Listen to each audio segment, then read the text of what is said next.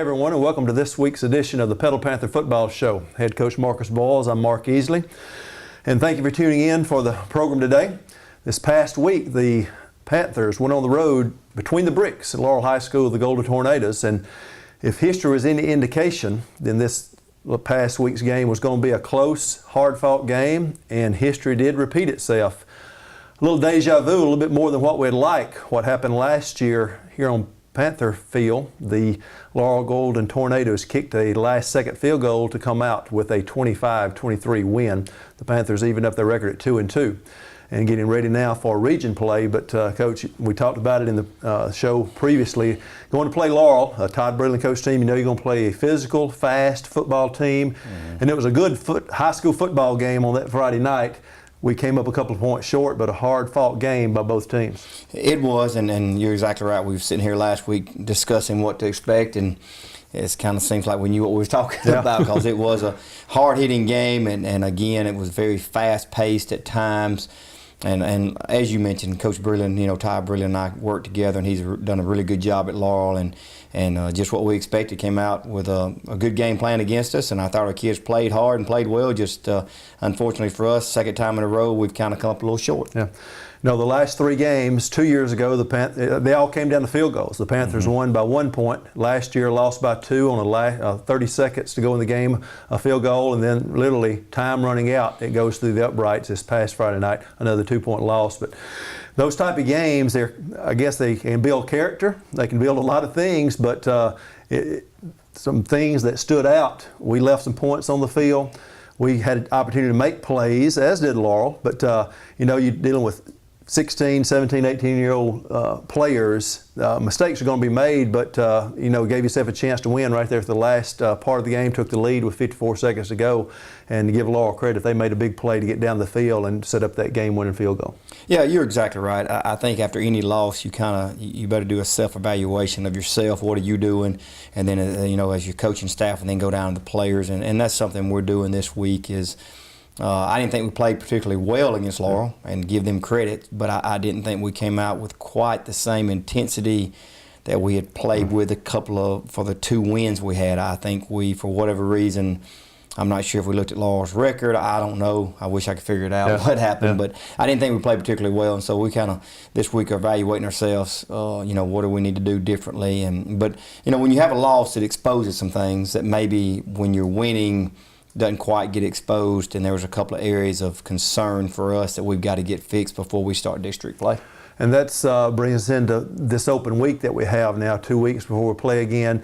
It's a good time for that open week, and it's something that you do purposely schedule that a tough non-region schedule, which we've had, and then now you have 2 weeks to get ready for a really murderer's row, really, in the region play here in 2 weeks. Yeah, and what we've typically done during this open week is really concentrate on us. Making sure we're getting better as a football team, and we'll start introducing Pearl a little bit, but the first part of the week will be really focused on us. What do we need to do better? And you know, there's some things that stand out. Obviously, we had some missed tackles, you know, so we need to get that cleaned up. And when we again kind of went back to the first game this week, we dropped some balls again. You know, we hadn't dropped in the 2 wins, so we dropped some balls. And when you start dropping balls and missing tackles, sometimes it's athletically, you know, missing tackles. Sometimes though, it's a mental thing. You're just not really ready to play. And I think so. Again, we got to shore up some things.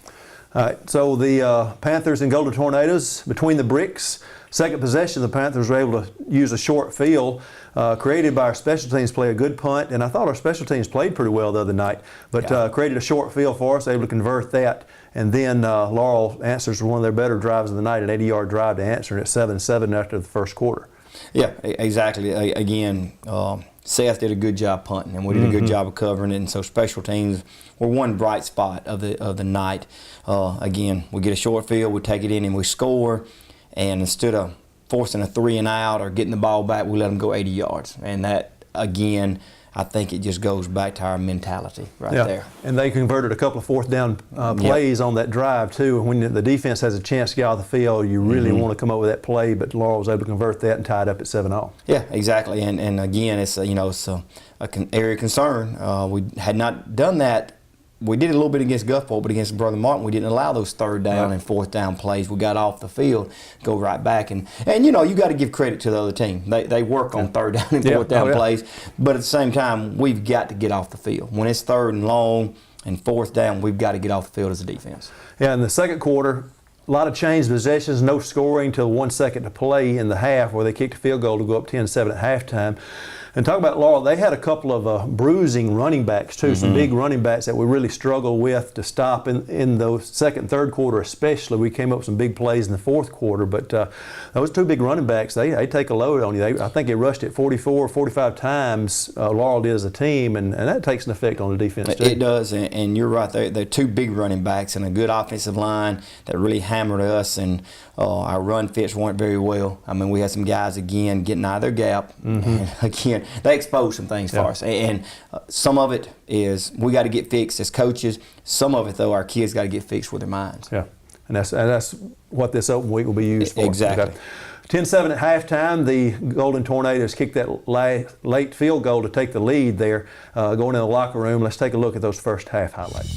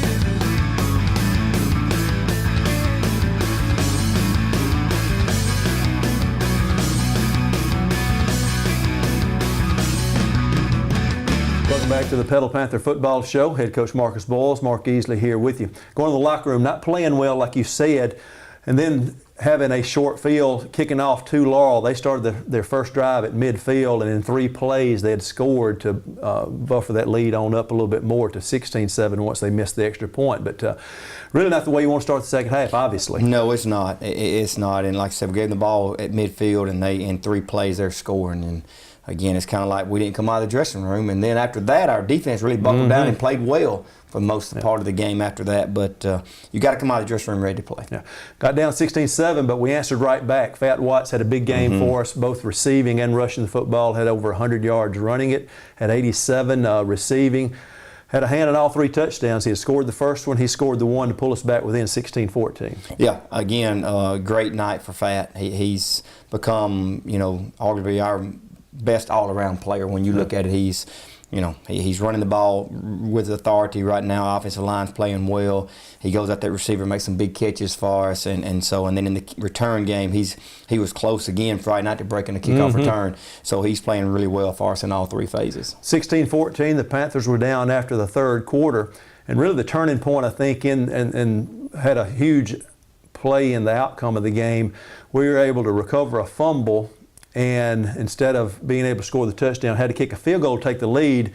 Dropped pass. It'd been a tough catch going to the ground, but we had a couple of touchdowns that were, looking at film, and say, well, we should have had those points. Yeah. And that's some of the points were left on the field, and we weren't able to get the touchdown, had to settle for the field goal, went up 17-16. But that, as the game progressed in that fourth quarter, you can see how it played out. It did, and like I said, it was a great effort by the receiver to try to catch it, and in fact, I thought he had caught it already, signal for if we fix go for 2 right here, and then it come out of his hands. But and had to settle for a field goal, and little did we know that was going to come back to haunt us at the very end. Yeah, they came back down, drove the field, went up 22-17, went for 2, did not get it. Panther defense came up with some big stops, and then with about 2.5 minutes to go in the game, we're starting on our own 20. After we'd stopped them twice, we had chances to go there. We had to punt it away with about 3 minutes and so to go. But the defense came up with that last stop. And then we had the big play, little post pattern to Deuce Watts. He broke a few tackles. They chased him out of bounds at the 7. We stuck it in with 54 seconds to go up 23-22. 2-point conversion failed. And then the last minute of the game, of course, we'd like to go back and replay that one, but they came up with a big play of their own. Their big receiver had a big night for them. Basically, a replay of what Deuce had done. Got it down to the 12, and they were able to use their last timeout to stop the clock with 3 seconds to go and kick that 25-yard field goal to win it 25-23. But again, not playing well, still had a chance to win at the end, and that's frustrating, I know, from a player's side, from a coach's side, but you had yourself in position to make a play, and Laurel just made one last play. Exactly, and tip your hat to Laurel. They did what they had to do to win the football game. I was proud of our offense at the end of the game because we'd gotten it back and couldn't do anything with it and punted it to them with about 3.5 to 4 minutes to go. Held them. Defense did what they had to do, held them. We get the ball back at the 20 and go right down the field and score. So, did what we had to do on offense, and then defensively, again, tip your hat to Laurel. The kid ran a corner post, and when he stuck it on the corner, our safety bit and came back on the post and made a big catch. And proud of our kids because we had some guys hustling down the field to make the tackle and give us a chance to get a blocked field goal. Obviously, it just didn't work out. Yeah. So the Panthers failed 25-23, even the record again at 2-2. Let's take a look at those second half highlights.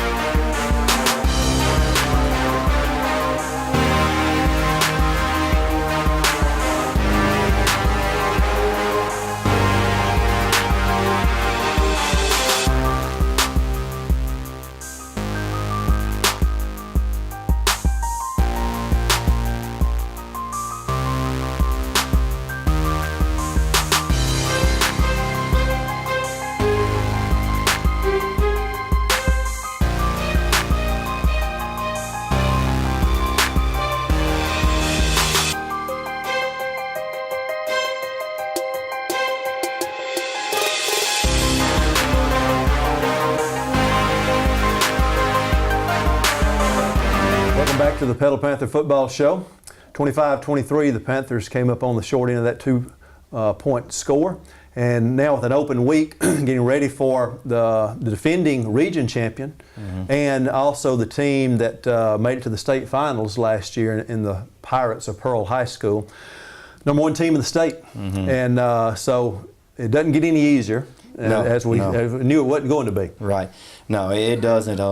They've played really well so far this year. They're really fast, very athletic, and I think they got 18 of the 22 starters back or something like that. And so it's a big senior class. It's a senior class that's won all the way through when you listen to them. And it's homecoming this week for us, so going against Pearl. So we'll have the homecoming parade on Thursday night and all those distractions. But it gets real this week. Yeah. It gets real. You're talking about distractions. It won't take long for those guys to get their minds back, though, seeing them on film and knowing what they're going against. Because a lot of these guys, even though they weren't starters last year, they experienced beating them in regular season, then going up to the finals of South Half and not able to defeat them. So they know what they're going against. They do, and we went up there the first time and beat them, and then the second time at South State, when all the marbles were on there, they got it done and we didn't, and they were playing with a lot of confidence right now. And luckily for us, we played some fast defenses and fast offenses with Hattiesburg and Laurel, those two, and so I think we're ready for it. I know we need to have a great week of practice next week and really get focused on Pearl and don't let the distractions homecoming come into play. Just like any game, it matters. It depends on who plays the best when the lights are turned on. That's going to be the same case this Friday night. Exactly right. All right, the Pearl Pirates and the Petal Panthers. That's a lot of P's there. I had to catch myself there.